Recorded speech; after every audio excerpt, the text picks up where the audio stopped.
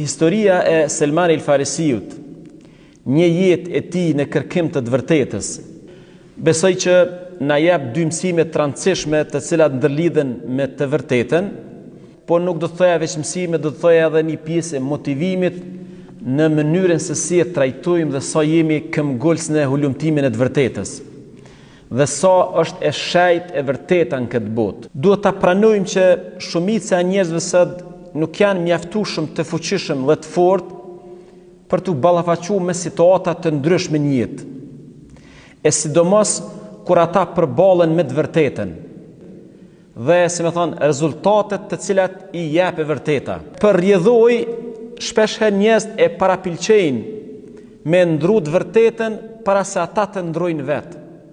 Pra, para aq kohë sa ata nuk janë të gatshëm ta ndrojnë situatën e tyre, ta ndrojnë brendësinë e tyre, të ndrojnë opinionet e tyre të gabuara, shpeshherë ata preferojnë më tepër ta ndrojnë të vërtetën. Domethënë, e sakrifikojnë të vërtetën vetëm që mos ndryshojnë ata diçka në pikpamje të bindit e tyre dhe, si më thonë, në atë realitetin e tyre. Prandaj, përballë të vërtetës janë dy hapa jashtëzakonisht të rëndësishëm. Hapi i parë është interesim i sinqert për të vërtetën, interesim serioz me njohë të vërtetën. Po flasim për çfarë do të vërtetën këtë botë, specifikisht për të vërtetat të cilat lidhen me Zotin e Madhreshëm. Ky interesim i sinqert dhe serioz në leximin, dëgjimin, shqyrtimin e të vërtetës, sigurisht që e hap derën pastaj për ta akceptuar dhe perceptuar të drejtën në mënyrë të saktë. Dhe kjo krejt bashkë me qenë hapi i parë dhe shumë i rëndësishëm për balë të vërtetës, shtoj edhe hapin e dytë pastaj që njeriu duhet të pranoj dhe të dorëzohet për balë të vërtetës. Edhe nëse ajo e vërtet bie ndesh me interesat e tij personale. Dhe këtu kemi të bëjmë, domethënë, me njëri që është i vërtet pastaj.